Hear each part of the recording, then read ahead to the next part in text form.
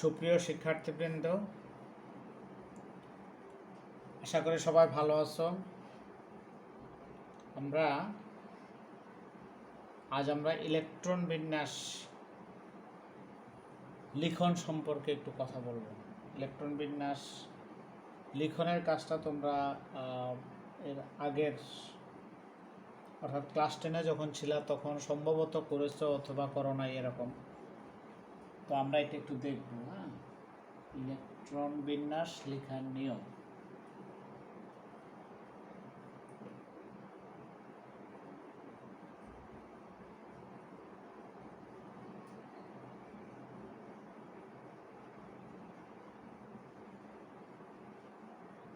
Electron বিন্যাস লিখতে গেলে আমাদেরকে প্রথমেই চিন্তা করতে হবে শক্তিস্তর চিত্র সম্পর্কে। শক্তিস্তর চিত্র, এই শক্তিস্তর চিত্রটা অঙ্কন করা হয়েছে আউফবাউ নীতি অনুসারে। আউফবাউ নীতি অনুসারে আমরা এটা পড়েছি। দুটো অরবিটালের মধ্যে যে অরবিটালের n+l এর মান কম সেটি হবে কম শক্তি সম্পন্ন, এটা একটা বিষয়। আবার যদি দুটো অরবিটালের n+l এর মান সমান হয় তাহলে যে ক্ষেত্রে n এর মান কম সে অরবিটাল হবে কম শক্তি সম্পন্ন। এভাবে অরবিটালগুলোর শক্তি বের করে তাদেরকে চিত্রের মাধ্যমে অঙ্কন করে যে চিত্রটা পাওয়া যায় সেটা হলো শক্তিস্তর চিত্র।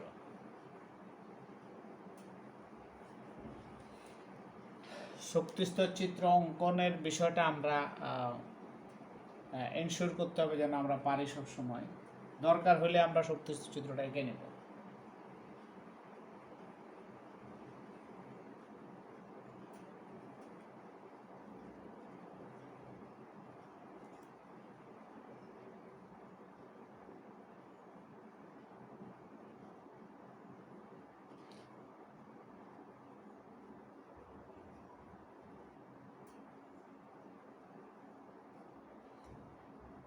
আচ্ছা, আমরা এখানে দেখো উপস্তর কয়টা? উপস্তরের সংখ্যাটা স্তরের সংখ্যার সমান।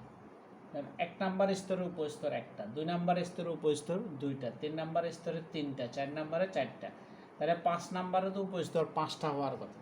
এখন থিওরিটিক্যালি উপস্তর 5টায়, কিন্তু এই 4টে উপস্তরে ইলেকট্রনকে পাওয়া গেছে। আমি কি ক্লিয়ার করতে পারলাম?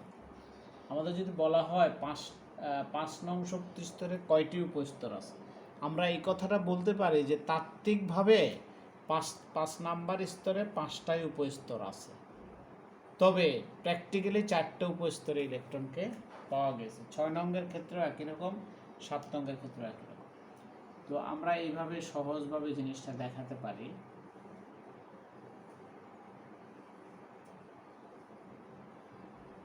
প্রত্যেকটা লাইন উপর থেকে শুরু হবে,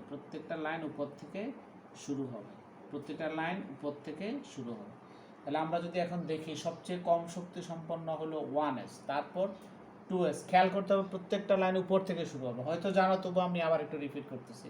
প্রতিটা লাইন শেষ হওয়ার পর আবার কোত্থেকে শুরু হবে? উপর থেকে শুরু হবে। 2s, তারপর 2p, 3s, 3p, 4s। 3p পর্যন্ত একটা ঠিকঠাক আছে। 3pর পরে কিন্তু 3d না হয়ে গেছে 4s, তারপর 3d, 4p, 5s। এই 5s এর পরে আবার লাইন শুরু করতে থেকে 4d, 5p, 6s। এইভাবে আমরা শক্তিস্তর চিত্র দেখে এটা যখন আমাদের প্রয়োজন হবে আমরা শক্তিস্তর চিত্র দেখে এটা ঠিক করে নেব।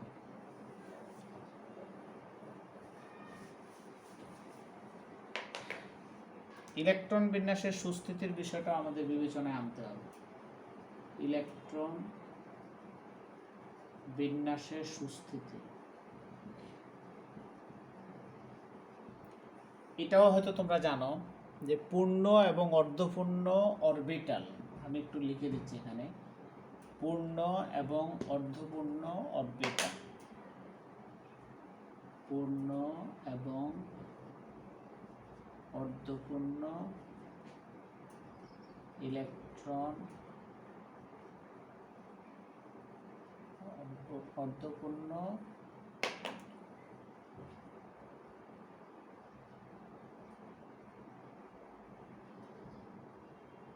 এখানে একটা শব্দ একটু যোগ করে দিই, ইলেকট্রন দ্বারা পূর্ণ এবং অর্ধপূর্ণ অরবিটাল সুষম হওয়ায় এই কথা তুমি না বললেও চলে, অধিকতর স্থিতিশীল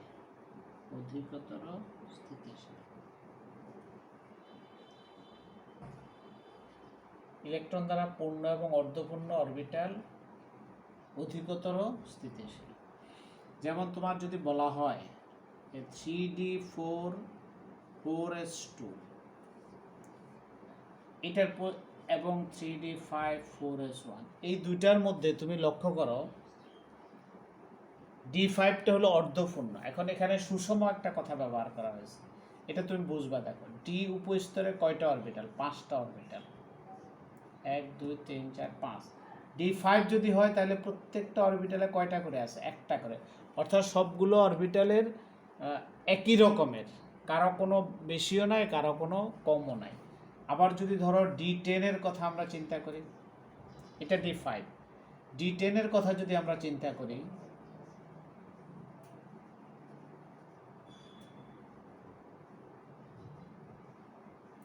এখানেও দেখো এটা d5,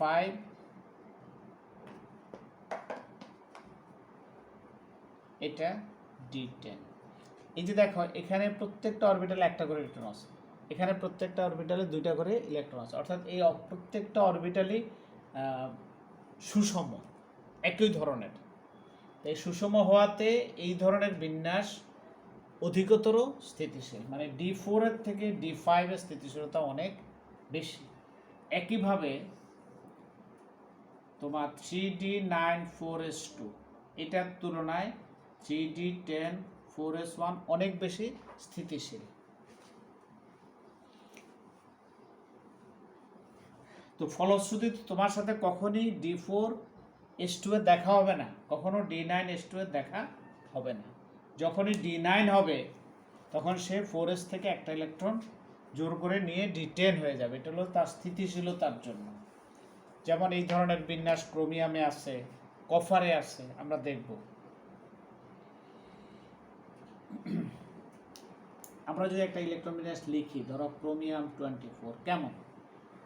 ওই আগের রুলটাও ফলো করব। ইলেকট্রন প্রথমে যে 1s এ ইলেকট্রন ঢুকবে তার পক্ষে যুক্তি কি?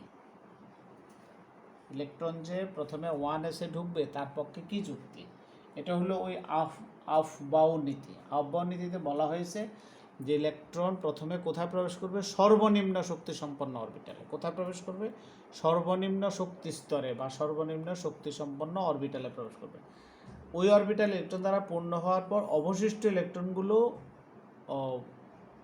তুলনামূলকভাবে বেশি শক্তি সম্পন্ন অরবিটালগুলোতে প্রবেশ করবে, অর্থাৎ শক্তির উচ্চক্রম অনুসারে অরবিটালগুলিতে প্রবেশ করবে। ইলেকট্রন শক্তির উচ্চক্রম অনুসারে বিভিন্ন অরবিটালে প্রবেশ করবে। তো 1s এর শক্তি সবচেয়ে কম, 1s পূর্ণ হবে 1s2, 2s অনেকে 2টা এইভাবে দেয়, এরকম পাখির মতো করে আমরা 2 দিব না। আর এটা পড়তে হবে কীরকম? 1s স্কোয়ার না, পড়তে হবে 1s2, 2s2, তারপর পূর্ণ হবে 2p6, এদিকেও খেয়াল করতে হবে। 3s2, 3p6, এ পর্যন্ত হলো 18, এ পর্যন্ত হলো 18।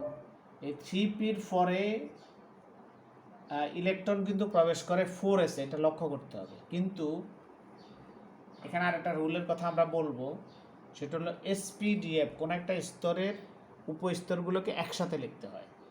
এবং 3s 3p, কিন্তু ইলেকট্রন এই 3pর পরে ঢুকতেছে 4s, বাট তোমাকে সাজিয়ে লিখতে হবে। তো 3dটা লিখলাম কিন্তু আমরা ইলেকট্রন দিলাম না, পরে হিসাব করে দেব। 4s2 3d4 এটাই হওয়ার কথা, কিন্তু এই বিন্যাসটা না হয়ে এটি হবে না, এটি হবে না। তাহলে হবেটা কি? হবে হলো 1s2 2s2 2p6 3s2 3p6 3d5 4s1।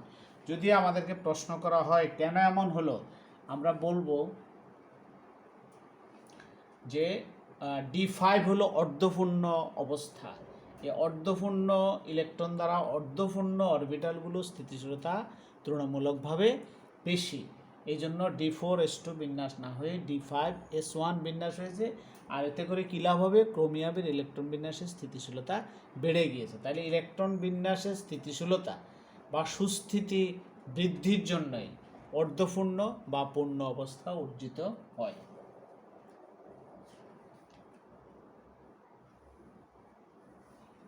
আমরা ওইটাও রুল আকারে লিখি। একই স্তরে উপস্তরগুলিকে একত্রে সাজিয়ে লিখতে হবে।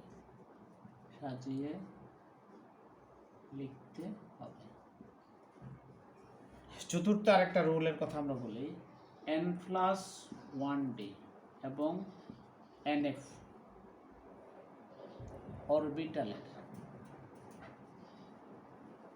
অরবিটালের শক্তির ন্যূনতম পার্থক্য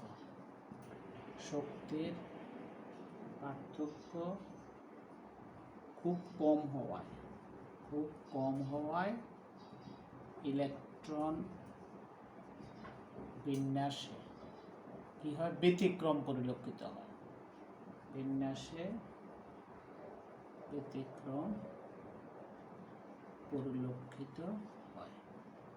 আমি উদাহরণ দিচ্ছি, যেমন এরকম তিনটা মৌলের কথা আমরা বলবো, ল্যান্থেনাম, অ্যাক্টিনিয়াম, থোরিয়াম। ল্যান্থেনাম, অ্যাক্টিনিয়াম এবং থোরিয়াম, এই তিনটা মৌলের কথা যদি আমরা আলোচনায় আসি,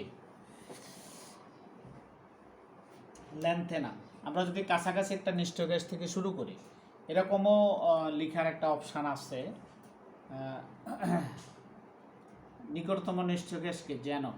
তো ওই জিনিসটা আমাদের আরেকটা কথা একটু বলি, আমি আবার লিখতেছি।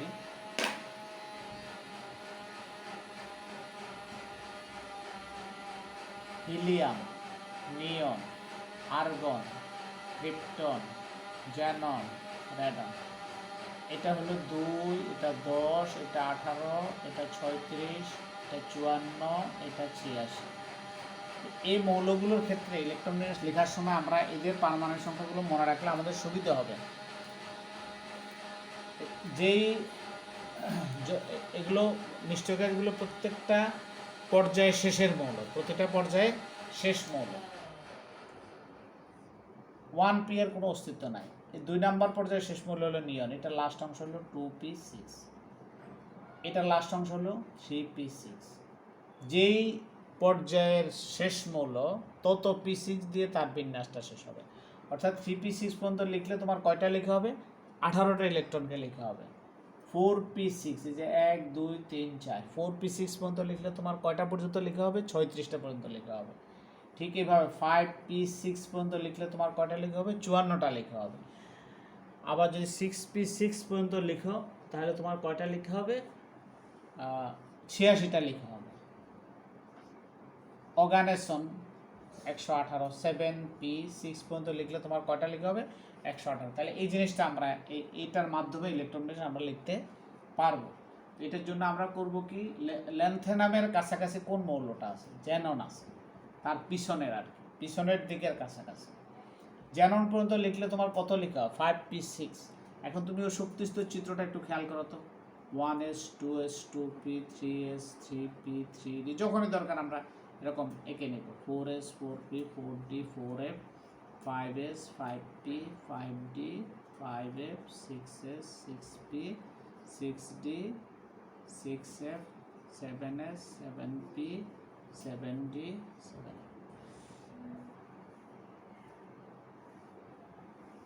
এটা লক্ষ্য করো তোমার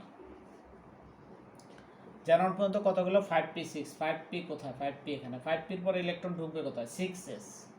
একটু ফাঁক করে যদি আমরা লিখি 6s, 6s এর পরে ইলেকট্রন ঢুকবে কোথায়? 4f এ। কোথায় ঢুকবে? 4f। 4f এর পরে কোথায় ঢুকবে? 4f এর পরে ঢুকবে 5d তে। আমরা এটা দেখে দেখে লিখব 5d। ওই তোমার সাজিয়ে লিখতে হবে আর কি, ছোটগুলোকে আগে 4 গুলো একসাথে, 5 গুলো একসাথে। আমরা পুরোটা লিখলে তখন আরো সুন্দর করে গুছিয়ে লেখা যেত। আমি পুরোটাও লিখে দেখাবো। তাহলে 56 তো 56, 57, 58, সরি 54, 54 দিয়ে গেল 56, 56 আর কয়টা আছে? একটা আছে। এখন তুমি দেখো ইলেকট্রন 6s এর পরে কোথায় যাওয়ার কথা? আমরা সবাই লক্ষ্য করতেছি তো 6s এর পরে যাওয়ার কথা কোথায়? 4f এ। কিন্তু 4f এ না গিয়ে যাবে কোথায়? 5d তে। এটা ব্যতিক্রম। কেন এমন হইল? তার উত্তর এখানে লেখা হয়েছিল যে n+1d, n+1d, লক্ষ্য করো তুমি বুঝবা, nf আর হলো n+1d। n এর মান যদি 4 হয় তাহলে 4f আর এটা হবে 5d। এই 4f এবং 5d এর মধ্যে শক্তির পার্থক্যটা খুব কম হওয়ার কারণে ইলেকট্রন এই অনেক সময় 4f এ না গিয়ে 5d তে যাবে। এটা কোন কোন ক্ষেত্রে এরকম হবে এটা এতটা বিধিবদ্ধ করে বলা যাবে না, কিছু ব্যতিক্রম দিয়ে আমাদের মনে রাখতে হবে। আমি এরকম আরেকটা বিন্যাস লিখি। ল্যান্থেনামের পর আমরা অ্যাক্টিনিয়ামের কথা যদি ধরি, অ্যাক্টিনিয়ামের কথায় আসা যাক। অ্যাক্টিনিয়াম 89। আমরা রেডন থেকে যদি শুরু করি, রেডন কত? 86। রেডন 86, এটা লাস্ট অংশ হলো কত? 6p6। 6p6 এর পরে তুমি যদি শক্তিস্তর চিত্র দেখো তাহলে 6p6 এর পরে ইলেকট্রন প্রবেশ করবে কোথায়? 7s। এটা থেকে এক ঘর বেড়ে যাবে। 7s এর পরে কোথায়? 5f। তারপর কোথায় প্রবেশ করার কথা? 6d তে। এখন তুমি হিসাব করো, 86, 88, 89, একটা ইলেকট্রন। সেই ইলেকট্রন যাওয়ার কথা কোথায়? 5f এ। কিন্তু সেখানে না গিয়ে কোথায় যাবে? 5f এ না গিয়ে যাবে 6d তে। এখানে 0 দিলেও দিতে পারো, না দিলেও অসুবিধা নেই, একই কথাই, না দিলে খালি থাকে। এরকম আরেকটা ব্যতিক্রম আছে। এই তিনটে আমরা ব্যতিক্রম দিয়ে মনে রাখবো। ব্যতিক্রম। থোরিয়ামের কথা যদি আমরা আসি, থোরিয়াম, থোরিয়ামও একইভাবে ব্যতিক্রমের মধ্যে পড়বে। তোমার 86 এর পরে 88, 89, 90, এই দুটো ইলেকট্রন 5f এ না গিয়ে 6d তে যাবে। তাহলে এগুলো আমরা ব্যতিক্রম দিয়ে মনে রাখবো, এই তিনটে: ল্যান্থেনাম, অ্যাক্টিনিয়াম এবং থোরিয়াম।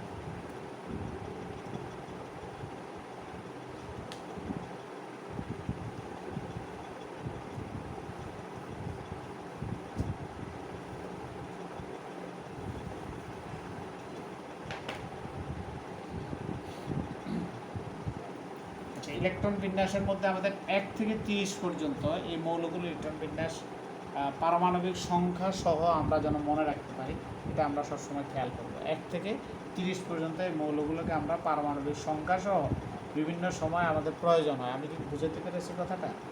1 থেকে 30 পর্যন্ত এই মৌলগুলোর পারমাণবিক সংখ্যা আমরা মনে রাখার চেষ্টা করব। আর ইলেকট্রন বিন্যাসের মধ্যে তো মানে 1 থেকে 30 পর্যন্ত এখানে যে মৌলগুলো আছে ইলেকট্রন বিন্যাসের ব্যতিক্রম হলো 2 জায়গাতে আছে। একটা হলো ক্রোমিয়াম 24, এটার মধ্যে আছে। এটার লাস্ট অংশটা কি হবে? 3d5 4s1 হবে। আর কপার আছে, কপার কি হবে? 3d10 4s1 এরকম হবে। আর 1 থেকে 30 পর্যন্ত আর এগুলোর মধ্যে কোনো জটিলতা নেই।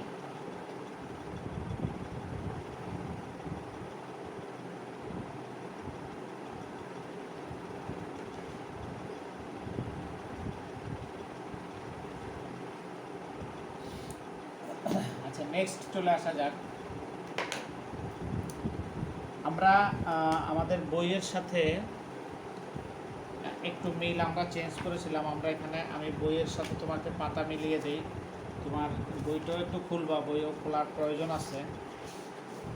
আমরা পেজ নাম্বার 107-এর পরে, বইয়ের মধ্যে 107-এর পরে যে জিনিসগুলো আলোচনা করেছে ওগুলো আমরা আলোচনা করে নেই, না করে আমরা কি করছি 107-এর পরে আমরা চলে গিয়েছি হলো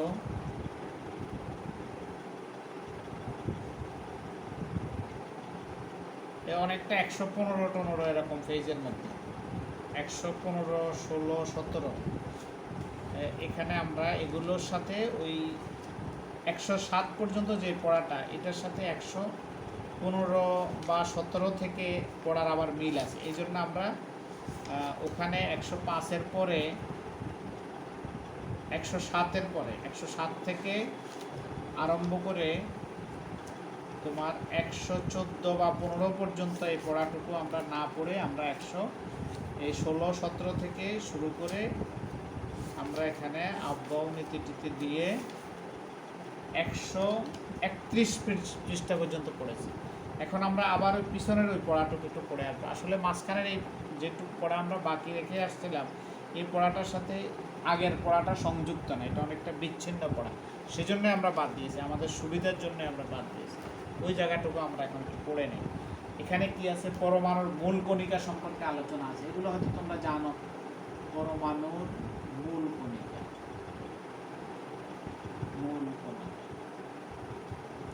পরমাণু মূল কণিকার সংজ্ঞাটা আমরা কি দেবো? যে সকল অতি সূক্ষ্ম কণিকা দ্বারা পরমাণু গঠিত। আবার বলি, যে সকল অতি সূক্ষ্ম কণিকা দ্বারা পরমাণু গঠিত তাদেরকে বলা হয় পরমাণুর মূল কণিকা। এই মূল কণিকাগুলো কয় ধরনের? মূল কণিকাগুলোকে আমরা 3 ধরনের বলতে পারি। একটা হলো স্থায়ী মূল কণিকা, স্থায়ী মূল কণিকা। এই স্থায়ী মূল কণিকা হলো আবার 3টা।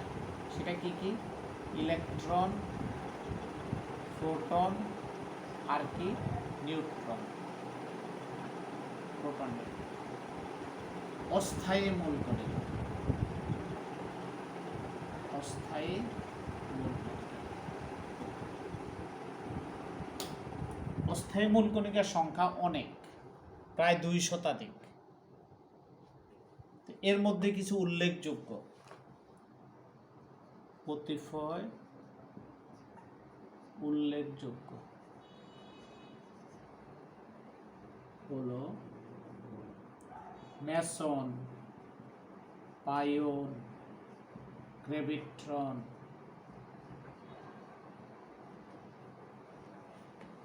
নিউট্রিনো, অ্যান্টি নিউট্রিনো, এরকম অনেক নামের আছে, অ্যান্টি নিউট্রিনো ইত্যাদি। আচ্ছা, তো স্থায়ী মূল কণিকা আমরা কাদেরকে বলবো? যে সকল মূল কণিকা, আরেকটা আছে এটা হলো কম্পোজিট কণিকা, কম্পোজিট কণিকা, কম্পোজিট। তো স্থায়ী মূল কণিকা হলো কি? যে সকল মূল কণিকাগুলো সকল মৌলের পরমাণুতে সব সময়ের জন্য পাওয়া যায়। আবার বলি, যে সকল মূল কণিকা সকল মৌলের পরমাণুতে সব সময়ের জন্য পাওয়া যায়, সকল মৌলের পরমাণুতে সব সময়ের জন্য, এরা হলো স্থায়ী মূল কণিকা। অস্থায়ী মূল কণিকা হলো যে সকল মূল কণিকাগুলো কোনো কোনো মৌলের পরমাণুতে কখনো কখনো পাওয়া যায়। ওখানে বলা হয়েছে সকল মৌলের পরমাণুতে সব সময়, এখানে বলা হয়েছে কোনো কোনো মৌলের পরমাণুতে কখনো কখনো পাওয়া যায়। আর কম্পোজিট কণিকাটা হলো যে এই স্থায়ী এবং অস্থায়ী মূল কণিকা ব্যতীত আরেক ধরনের ভারী কণিকা আছে যাদেরকে বলা হয় কম্পোজিট কণিকা। আমি একটু লিখি কম্পোজিট কণিকা সম্পর্কে। কম্পোজিট কণিকা স্থায়ী এবং অস্থায়ী মূল কণিকা ব্যতীত, মূল কণিকা ব্যতীত এক ধরনের ভারী কণিকা পাওয়া যায়, ভারী কণিকা পাওয়া যায় যাদেরকে বলা হয় কম্পোজিট কণিকা। উদাহরণ যেমন কিরকম? আলফা কণা, আলফা কণা। আলফা কণা সম্পর্কে তুমি জানো, এটা হলো কি? Helium nucleus, helium nucleus. এটার মধ্যে কি কি জিনিস আছে? এর মধ্যে তোমার প্রোটন আছে কয়টা? 2টা। নিউট্রন আছে কয়টা? 2টা। ইলেকট্রন কিন্তু নাই। ডিউটেরন কণা একটা আছে, ডিউটেরন কণা। তোমাদের অনেকেই হয়তো জানো বা সবাই জানো হাইড্রোজেনের আইসোটোপ সম্পর্কে তোমার কিছুটা ধারণা আছে, আমরাও পড়ব। আইসোটোপ, হাইড্রোজেনের 3টা আইসোটোপ আছে। এর মধ্যে একটা হলো ডিউটেরিয়াম 1s2, এটা হলো ডিউটেরিয়াম, হাইড্রোজেনের একটা পরমাণু। এখানে প্রোটন কয়টা? একটা। ইলেকট্রন কয়টা? একটা। তো ওই ইলেকট্রনটা সরিয়ে নিলে যা হয় সেটাকে বলা হয় ডিউটেরন কণা। এটাকে 1d2+ এইভাবেও লেখা যায়, 1d2+ এইভাবেও লেখা যায়। একই জিনিসই, একই জিনিস, এটা অথবা এটা একই জিনিস, সেম জিনিস। হ্যাঁ, এটা গেল আমাদের কম্পোজিট কণিকা। এখন মূল কণিকা সম্পর্কে আমরা একটু বিস্তারিত জানবো। এটা তোমাদের আগেরও জানা আছে, তবু আমি আবার একটু রিপিটেশন মধ্যে যাই। মূল কণিকার নাম ও প্রতীক।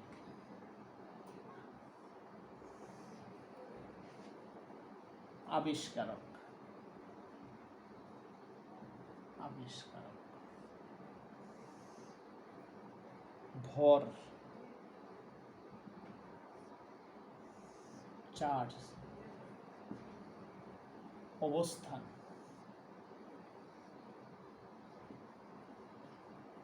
অবস্থান। এই পয়েন্টগুলো আলোকে আমরা একটু দেখি। অবস্থান, একটু বড় করে দিই।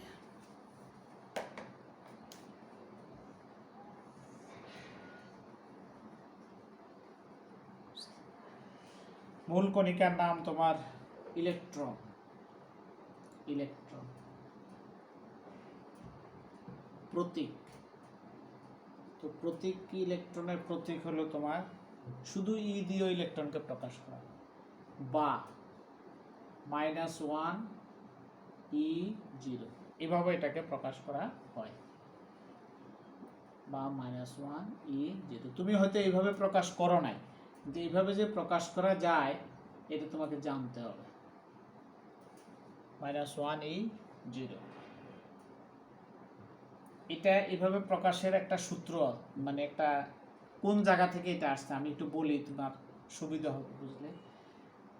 তেজস্ক্রিয় পরিবর্তনের সময় একটা নিউট্রন ভেঙে একটা প্রোটন হয় এবং একটা ইলেকট্রন হয়।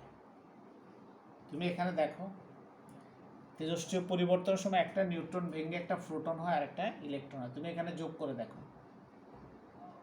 এই দেখো 1 আর -1 যোগ করলে 0, আর উপর হলো 1। এখান থেকেই দেখো এই প্রতীকটাকে এইভাবে ব্যবহার করা হয়।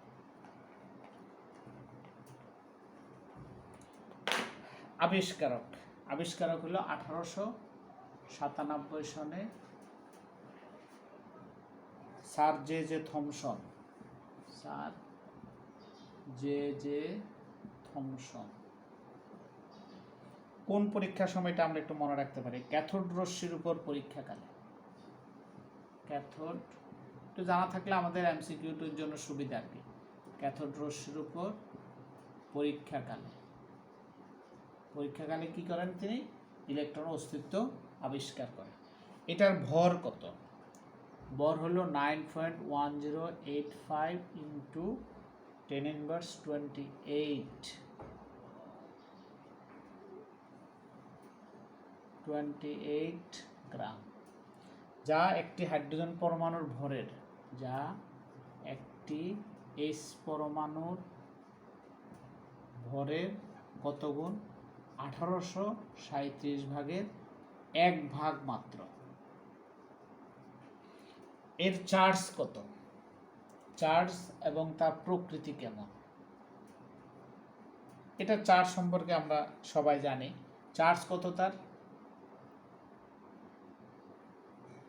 চার্জ হলো 1.6 × 10⁻19 কুলম। প্রকৃতি কেমন? নেগেটিভ, প্রকৃতি হলো ঋণাত্মক। তো এই ঋণাত্মক চার্জের মধ্যে এর থেকে ক্ষুদ্র চার্জ আর পাওয়া যায় না, এই জন্য এটাকে এই পরিমাণ চার্জকে বৈদ্যুতিক ঋণাত্মক চার্জের একক হিসাবে ধরা হয়, বৈদ্যুতিক ঋণাত্মক চার্জের একক হিসাবে ধরা হয়। তাহলে তার চার্জের মান কত? 1.6 ইন্টু 10⁻19 কুলম। আর প্রকৃতি কেমন? ঋণাত্মক। এর অবস্থান কোথায়? নিউক্লিয়াসের বাহিরে। অবস্থান কোথায়? নিউক্লিয়াসের বাহিরে। নিউক্লিয়াসের বাহিরে হলো এর অবস্থান। আমরা এখানে ইলেকট্রন সম্পর্কে মোটামুটি আমাদের ধারণাগুলো তুলে ধরলাম। আমি একবার পড়ে দিই কোনো লাইনের সমস্যা আছে কিনা। ইলেকট্রন প্রতীক হলো ই বা M-1 E0 এভাবে। আবিষ্কারককে 1897 সনে স্যার জে থমসন ক্যাথোড রশ্মির উপর পরীক্ষাগারে ইলেকট্রন আবিষ্কার করেন। ভর কত? 9.1085 ইন্টু 10⁻28 গ্রাম, যা একটি হাইড্রোজেন পরমাণু ভরের 1837 ভাগের 1 ভাগ মাত্র। চার্জ কত? 1.6 ইন্টু 10⁻19 কুলম। প্রকৃতি কেমন? ঋণাত্মক। অবস্থান কোথায়? নিউক্লিয়াসের বাহিরে। প্রোটন সম্পর্কে আমরা বলি এখন। প্রোটন, প্রোটন এটা প্রতীক হলো পি বা 1p1 এইভাবে লেখা হয়। আবিষ্কারক, তো প্রোটন কি আবিষ্কার করেন? এটা হুবহু সরাসরি কারো কোনো বিজ্ঞানীর নামের সাথে প্রোটন আবিষ্কারের বিষয়টা জড়িত না, এটা ঘটনাক্রমে প্রোটন আবিষ্কৃত হয়েছে।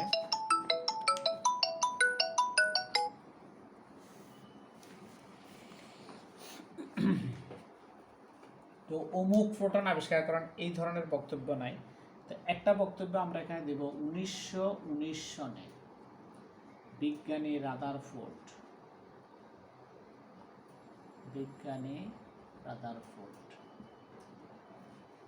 এই তথ্য প্রমাণ করেন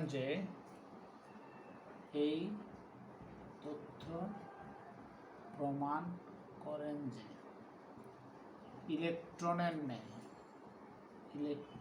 ন্যায় প্রোটনও পরমাণুর সাধারণ উপাদান।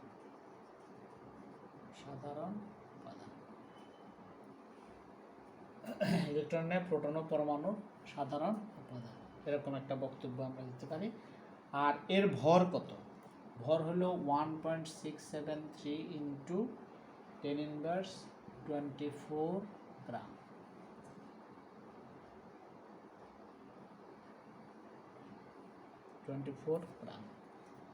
AMU এককে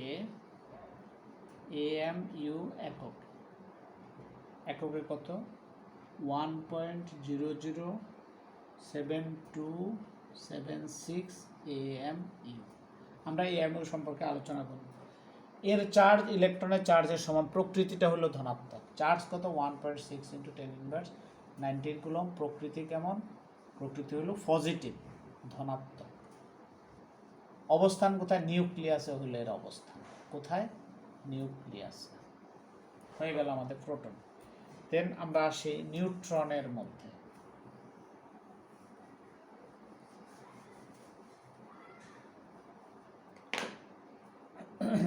নিউট্রন প্রতীক n, বা এটাকে প্রকাশ করা হয় 0 and 1 এভাবে। আবিষ্কারক 1932 সনে বিজ্ঞানী জেমস চাডউইক।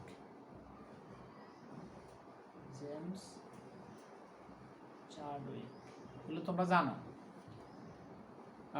এর ভর কত? প্রোটনের ভরের থেকে সামান্য বেশি, 1.675 ইন্টু 10⁻24। ওখানে আমরা পড়ছি 1.673, এখানে হলো 675 ইন্টু 10⁻24 গ্রাম। এর AMU এককে 1.008685 AMU। এর কোনো চার্জ নেই।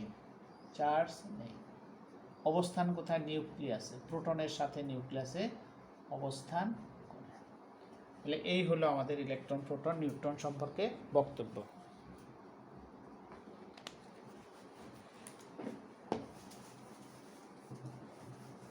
আমরা দ্রুত গতিতে আরেকটা জিনিস সম্পর্কে একটু আলোকপাত করি, সেটা হলো আইসোটোপ, আইসোবার, আইসোটোন, এই তিনটা জিনিস সম্পর্কে। এগুলো হয়তো তোমরা আগে থেকে জানো। আইসোটোপ, আইসোটোপ আমি উদাহরণ দিয়ে বলি, সংজ্ঞা হয়তো তুমি ইতিমধ্যে পারো, হয়তো 1s2 1s3। তুমি লক্ষ্য করো এখানে হাইড্রোজেনের 3 ধরনের পরমাণু আছে। তো কোন একটা মৌলের পারমাণবিক সংখ্যা হলো একটা মৌলের মৌলিক বৈশিষ্ট্য। আবার বলি, পারমাণবিক সংখ্যা বা প্রোটন সংখ্যা হলো একটা মৌলের মৌলিক বৈশিষ্ট্য। একটা মৌলের পারমাণবিক সংখ্যা, মৌলের বিভিন্ন ধরনের পরমাণু থাকতে পারে কিন্তু তাদের পারমাণবিক সংখ্যা সেমই হবে। তো আমরা বলবো কোনো মৌলের, অর্থাৎ আইসোটোপগুলো হলো একই মৌলের বিভিন্ন পরমাণু। আবার শুনি, আইসোটোপগুলো হলো একই মৌলের বিভিন্ন পরমাণু। আবার বলি, আইসোটোপগুলি হলো একই মৌলের বিভিন্ন পরমাণু। আচ্ছা, যাই হোক, একই মৌলের বিভিন্ন পরমাণু পারমাণবিক সংখ্যা সমান বা প্রোটন সংখ্যা সমান, কিন্তু ভর সংখ্যা ভিন্ন হলে। প্রোটন সংখ্যা সমান কিন্তু নিউট্রন সংখ্যা ভিন্ন হলে, এটা বললেও বলতে পারো। প্রোটন সংখ্যা সমান কিন্তু নিউট্রন সংখ্যা ভিন্ন হলে।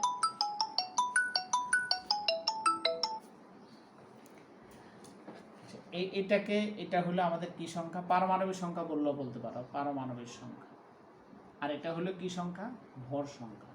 তাহলে কোনো একটা মৌলের বিভিন্ন পরমাণুর পারমাণবিক সংখ্যা যদি সমান হয় কিন্তু ভর সংখ্যা ভিন্ন হলে তাদেরকে আমরা পরস্পরের আইসোটোপ বলবো। এরকম আরেকটা উদাহরণ যদি আমরা দেই,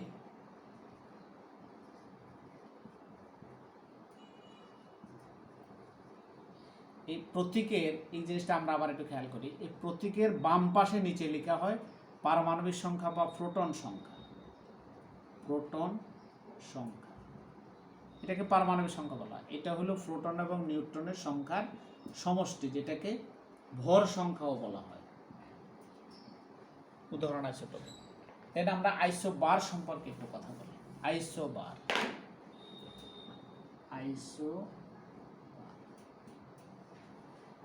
আইসোবারের একটা উদাহরণ আমরা যদি একটু বলি,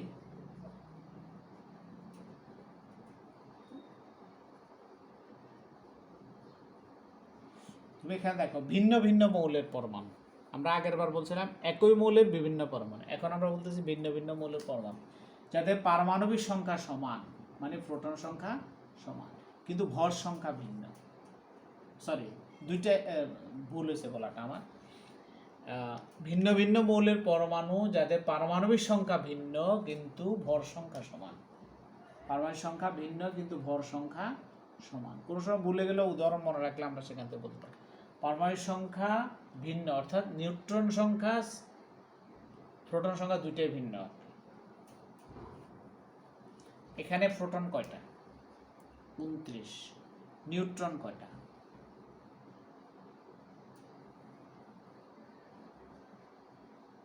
35টা। হ্যাঁ, 9 14,000। এখানে প্রোটন কয়টা? 30টা। নিউট্রন কয়টা? 34টা। অর্থাৎ ভিন্ন ভিন্ন মৌলের পরমাণু যাদের প্রোটন সংখ্যা ভিন্ন, নিউট্রন সংখ্যা ভিন্ন। এইভাবে বলা যায়, অথবা বলা যায় যে ভিন্ন ভিন্ন মৌলের পরমাণু যাদের পারমাণবিক সংখ্যা ভিন্ন কিন্তু ভর সংখ্যা সমান, তাদেরকে বলা হয় পরস্পরের আইসোবার। আইসোটোন একটা বিষয় আছে, আইসোটোন। আইসোটোনের একটা উদাহরণ আমরা দিই, পরে সংজ্ঞাটা বলবো।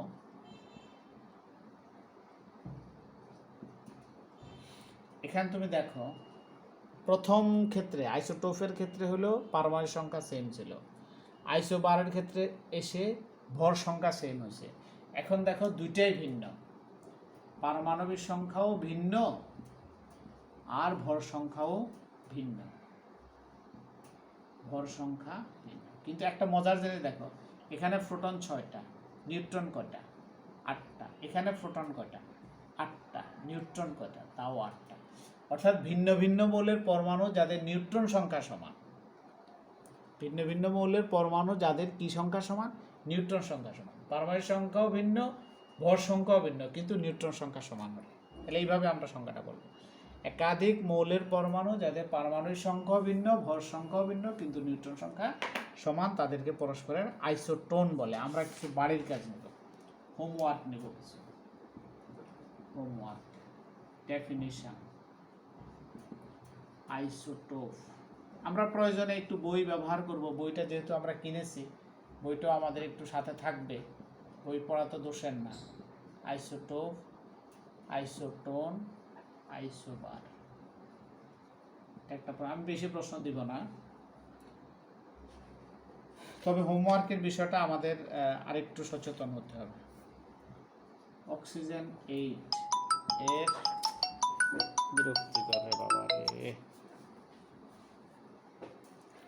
অক্সিজেন 8 এর ইলেকট্রন বিন্যাস, ইলেকট্রন বিন্যাস হুন্ডের নীতি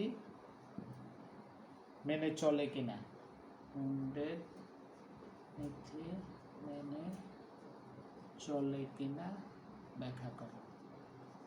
এই দুইটা থাকবে আমাদের বড় প্রশ্নের মধ্যে, মানে সিকিউ প্রশ্নের মধ্যে। আর এটা হলো আমাদের সিকিউ অংশ, সিকিউ। আর এমসিকিউর মধ্যে থাকবে, এমসিকিউ প্রশ্ন থাকবে কিছু আমাদের। এমসিকিউর ক্ষেত্রে আমরা প্রশ্নগুলো খাতায় লিখব, লিখে তারপর আমরা উত্তরগুলো লিখব, তাতে করে প্রশ্নগুলো আমাদের থাকলে আমাদের জন্য সুবিধা হবে। একটা প্রশ্ন, 3D অরবিটালের ক্ষেত্রে এম এর মান কোন সেট হবে, এম এর মান কোন সেট হবে। এখানে কয়েকটা সেট বলা আছে, ও 0, ও -1 0 +1, গো -2 -1 0 +1 +2, ঘ 3 2 0 প্লাস। এটা আমরা টিক দিয়ে দেব যেটা হয়। নিচের কোন নীতির ভিত্তিতে ইলেকট্রন সমূহ অরবিটাল সমূহে ইলেকট্রন সমূহ বিন্যস্ত হয়, নিচের কোন নীতির ভিত্তিতে অরবিটাল সমূহে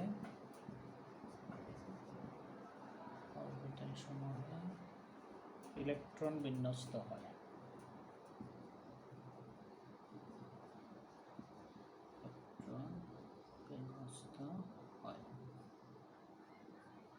অপশনের মধ্যে আছে আমাদের হুন্ডের নীতি, হুন্ডের নীতি আছে, আফবাউ নীতি, আউফবাউ নীতি। কোনো কোনো বইতে এখানে রস্যটা না লিখে আফবাউ নীতি এভাবে লিখে, একই জিনিসই। পাউলিও লিখে, কোনো কোনো বইতে পলিও লিখে, পাউলির বর্জন নীতি, কোনো কোনো বইতে পলির বর্জন নীতি এভাবেও লিখে। VSEPR, ঠিক আছে। নেক্সট থার্ড প্রশ্নটাতে চলে আসি আমরা।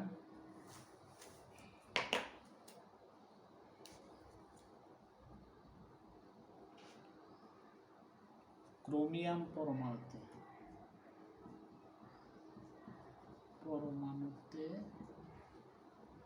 কতটি বেজোড় ইলেকট্রন আছে, কতটি বেজোড় ইলেকট্রন আছে। অপশনের মধ্যে আছে 3 4 5 6।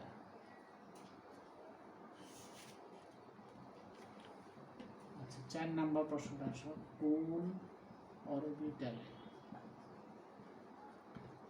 ইলেকট্রনের ঘনত্ব অধিক,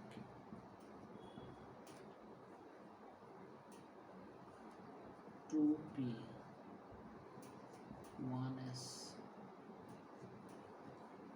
2s 3s। এটার উত্তর দেওয়ার জন্য আমি একটা হিন্টস বলি, যেটা নিউক্লিয়াসের কাছে সেখানে ইলেকট্রনের ঘনত্বটা বেশি, যেটা নিউক্লিয়াসের কাছে সেখানে ইলেকট্রনের ঘনত্বটা বেশি।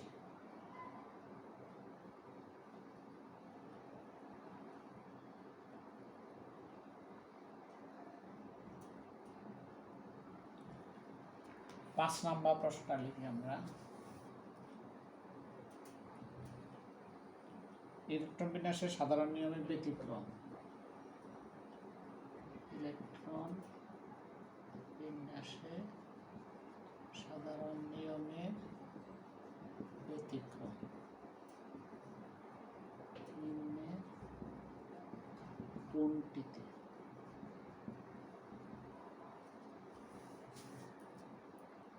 জিঙ্ক 30, সিলভার 47,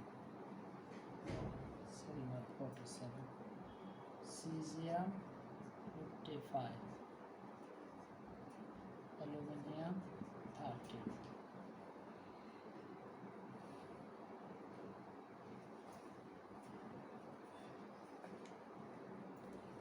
নেক্সট আরেকটা প্রশ্ন আমরা আসি। নিকেলের কতগুলো ইলেকট্রনের জন্য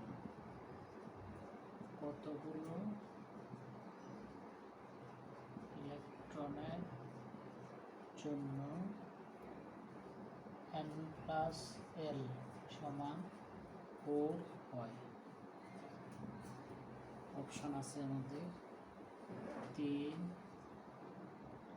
7, 6, 8।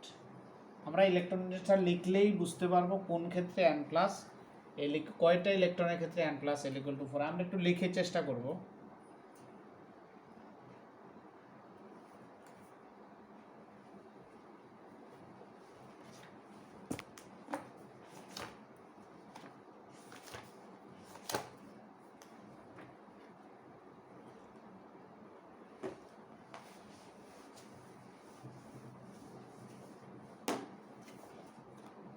কত নাম্বার গেল আমাদের? 6 গেল না 7 গেল?